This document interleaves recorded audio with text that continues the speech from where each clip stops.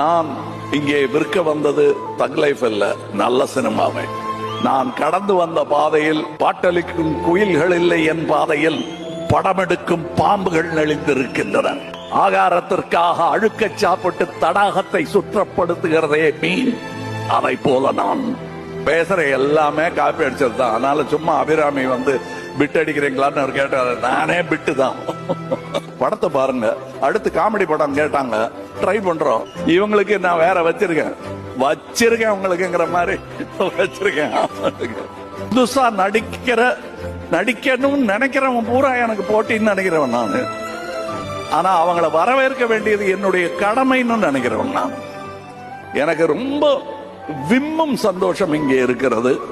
எனக்கும் வருது. இவங்கெல்லாம் பார்க்கும்போது என்ன கடந்து வந்திருக்கிறோம், எப்படி என்னை தாங்கி பிடித்திருக்கிறார்கள், எத்தனை தலைமுறைகளுடன் நான் தோளுரசி இருக்கிறேன் என்பதை பார்க்கும்போது நான் இதெல்லாம் விட்டுட்டு போயிடலாம், என்னதுக்கு இந்த கஷ்டம் அப்படின்லாம் நினைச்ச போது என்னை இங்கே தங்க வைத்ததே நீங்கள் தான். என்னை குழந்தை பருவத்திலிருந்து தூக்கி கொஞ்சிக் கொண்டிருக்கும் தமிழ் சினிமாவுக்கு நன்றி, நன்றி.